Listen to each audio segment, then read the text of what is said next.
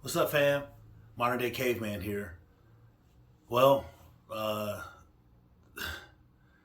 so they say that when God closes one door, He opens another, and that's what I'm going to say. God closed the door, but He opened another door. Yesterday, I told you that I was going to go to CityLink and had to go see about trying to go and doing this IT program. It was free, and so I had to go to this information session yesterday. But I also went there to to fulfill my duties as director of reentry for the Jubilee Project. But I primarily went there for trying to get into a program because they have an IT program, and actually CityLink has a lot of different programs. They have a lot of different things going on inside one big building. They got a lot of little companies and organizations working inside one big building. And I'd still like to be a part of CityLink. I just don't think that I can fit in the program because most of the things that they offer I already have. At any rate, so I went to this informational and I met a few different people, and come to find out that the program that they're offering, the IT support program, you can't be a felon. Go figure, man. I swear, these,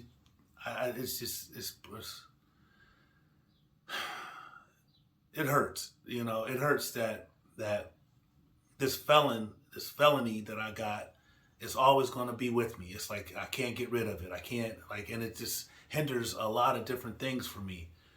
And here I am trying to be a productive, person, and I can't even get these programs that they have designed. They make these stipulations that you can't be a felon, and it's like you always feel like a second class citizen. Like you always feel like a pariah, like you're just a leper or something. Like it's disheartening. I'm gonna give you that. It's disheartening when you try to go through these programs and you see these programs where there's opportunity for growth, opportunity for advancement, and you get there and you do everything that you're supposed to do to get there, and they tell you, well, you can't come. You're not allowed. It's like, oh man. But again, when God closes one door, He opens another. And so I went there with maybe intending to connect with CityLink, because I figured if I'm an ex-felon and I'm going there, now they do. Now, mind you, hold on, let me back up. They do have programs where it doesn't matter what your record is, but the phlebotomist, I think it's the phlebotomist, the medical assistant, and the VT program, you can't have a felony. You can't be a felon. So, but the other programs that they have, culinary arts, construction, garage, and I think it's one other, but they got some where you can be a felon and it'll be all right. But that's not for me. It's just not for me. I've already got a certification in culinary arts. I'm a certified professional food service manager. I wouldn't go in the medical field. So construction, I'm already OSHA certified. So it's the things that they offer, like in prison. I already got all of those things that you can get in prison, but it's the stuff out here, and I could probably, I don't know, man. Let me just move forward. So God closed that door. He closed that door and He opened another one, because I got to step into my role as director of reentry for the Jubilee Project, and I started networking with CityLink to connect with them for when they do get felons, because they got another program called the CEO program, and those are guys that are coming out of prison and they go in there and they help them find jobs. And but we got housing and employment, so that's the key there. We got housing and employment and training, so we got a trifecta going for you. We can help you out. We're holistic. And so I got a chance to connect with Brent. Well, I connected with Danny, that was our tour guide, but she's also a coordinator for the CityLink, and she connected me to Brent. And Brent is one of the workers for one of the counselors for the CEO program.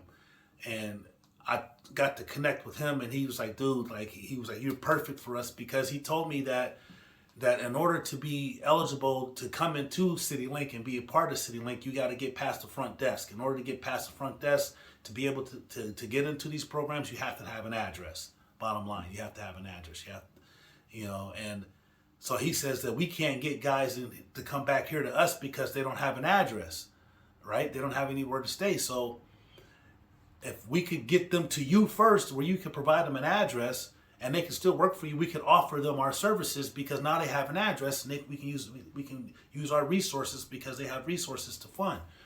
And I was like, that's a good idea. So I had a good conversation with Brent, and I left him my business card, and I left him a brochure, and I also sent him an email so he could have a digital copy of the brochure and the house rules. And he sent me back out to talk to Danny, and was like, you need to really talk to Danny, because she coordinates the front.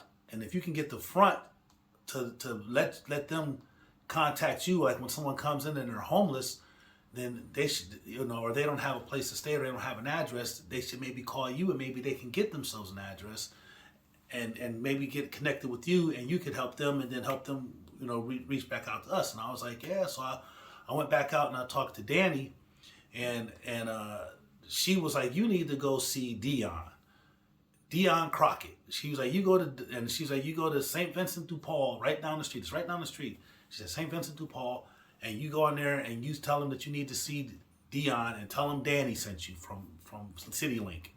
So I went down this, it's literally right down the street. I went down there, and I asked to see Dion, and he came out, and he was like, hold on for a second. And I went in there, I told him Danny sent me, and he was like, Danny? And I was like, yeah. And so he was like, from CityLink? And I was like, yeah. So he was like, So we went there, and he's another black man, So Brent was a black man too. So both of these guys that I got connected to were black men. So I talked to him, and dude, that was an answered prayer. Like, he was like, he's looking at me. He just kept blinking and looking at me. Just like, he was like, I can't believe I never heard of you. Right? And I was like, what? He was like, dude, he was like, man, he was like, you're perfect. Like, you're just what we need. Like, he said, I don't want to work with you. I want to partner with you. And he was like, when can we connect? And I was like, dude, I'm like ready. I said, let me talk to my supervisor. Like, let me talk to my boss. And that's the thing that I'm going to do today is I think that if I'm the director of reentry, then I need to stop relying on my boss to sanction something that I'm doing. If I'm doing it for the program, if this is how we're going to get the program up and running, he tasked me to network. And I seem to be, and this is one of the things that I got, it's one of the problems that I got with being in prison and coming out of prison, is I keep asking people for permission. Like, I'll be asking if it's okay if I do this, or and I have to understand that I'm in a supervisory role, and I have the authority to do the things that I do, but I'll be questioning that authority, wondering if I'm always questioning that authority. Like, I'm wondering if I really have, can I really tell this person what to do? Now, I had authority in prison, and it really wasn't an issue. But now that I'm out here and I'm dealing with other people, I find myself being subservient and getting back into that role of asking for permission when I have authority to do things. And I think I'm gonna have a conversation with my boss about this today, because Dion said it. He was like, dude, if you can pull the trigger, I don't need to talk to your boss. And I was like, okay, but let me go talk to my boss, right? And the reason why my boss brought me down here is because he needed somebody to take the load off of him. And here I am adding work back to him by asking him for, like, what should I do? But I know what I'm supposed to do, like, because this is a perfect pairing, and I know what I know what needs to be done, and I can work with him. Like, I don't need my boss's input, really, because we know. But I mean, we're going to do an interview. Like, we'll interview the client that comes into I ain't gonna say client, but the whoever comes into, a guy that comes into our program, we'll interview them together. But as far as the decision making of how the program is set up, is my program. I set it up. I'm the one that designed it, so I should be able to call the shots for it. So I'm going to talk to my boss today and see how he wants me to start handling things when it comes to the program. Actually, should I just like be direct? Should I be director and not the director de facto? So that's where I'm at right there. I gotta check that out. I'm gonna have that conversation with him today, actually. And so it came out, like I said, God closes one door, but he opens another. And so this guy, Dion, he was like, dude, we can give you bodies like he's like, but the bodies ain't no problem. Like he's like, don't worry. He said, I can get people for you. I get people coming here all the time that need a place to go. And he was like, I know exactly the type of people you're looking for. And we had a great conversation, absolute great conversation. And the brother is spirit filled, man, and the spirit faith based. And I love that. I love that it's faith based. So I got a Dion right now, and so I got Brent. So I made some connections yesterday, and actually Brent and Dion, they know each other, and they were like, dude, we got a little coalition of like the same thing that Brent was telling me about the little coalition of people that deal with people for reentry. Like Brent is a part of it, Dion's a part of it, and I was like, okay, that's cool. I said I just got down here, I'm new to the scene. I don't really know anybody down here from Cincinnati, so I'm just trying to connect and just trying to make some connections, because I told them about the problem I'm having with the ODRC, and both of them said that absolutely they are slow as heck. They said it might not be till a year from now before you get to dealing with them. I was like, wow, I can't deal with that.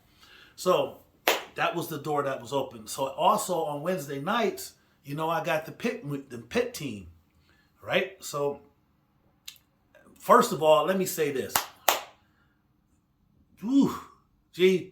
Your mama makes the best. I've had some peach cobbler, and I'm not taking nothing away from my mama, but that peach cobbler that your mama made, yeah. Woo! I got some of it in the refrigerator right now. I can't wait to attack it. I'm going to buy me some ice cream. I'm going to buy me some French vanilla ice cream. I'm going to make sure it's French vanilla ice cream and put it on top of that. Throw it in the First, I'm going to throw it in the microwave and put a scoop of ice cream on top of it. Man, that's dessert for the night. I promise you. Yeah. I'm going to try to hook up with your moms on that one, man. We got to get together. Okay, but I digress. Right? Whew.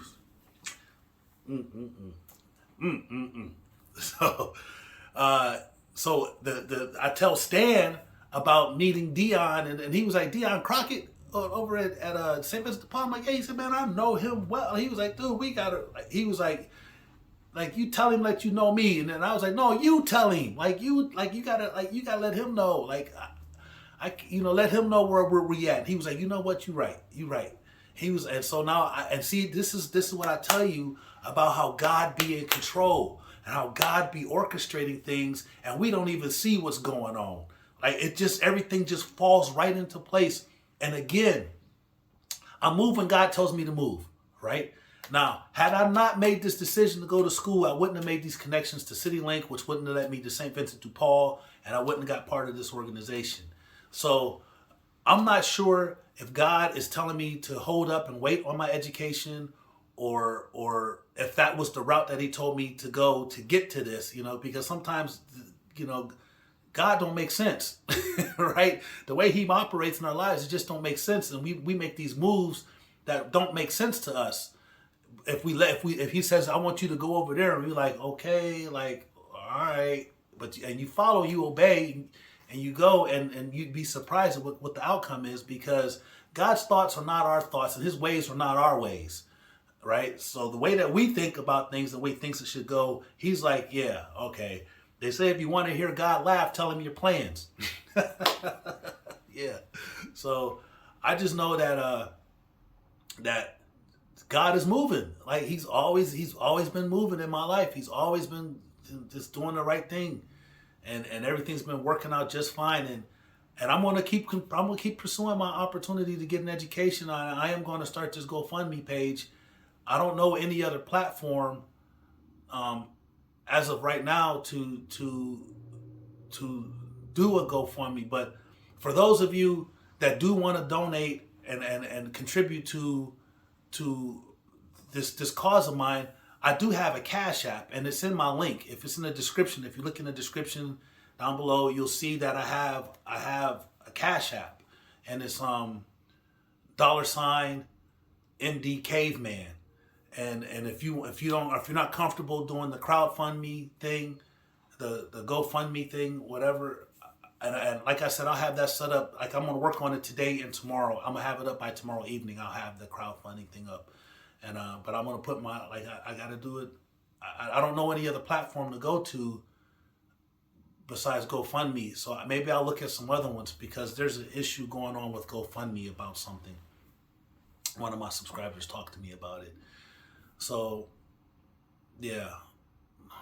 All right, but anyways, I am going to, I'm still going to pursue what I'm supposed to pursue, what God led me, which was to try to get my education. But in that journey, I made some contacts. I met some good brothers along the way, and I'm starting to network a little bit.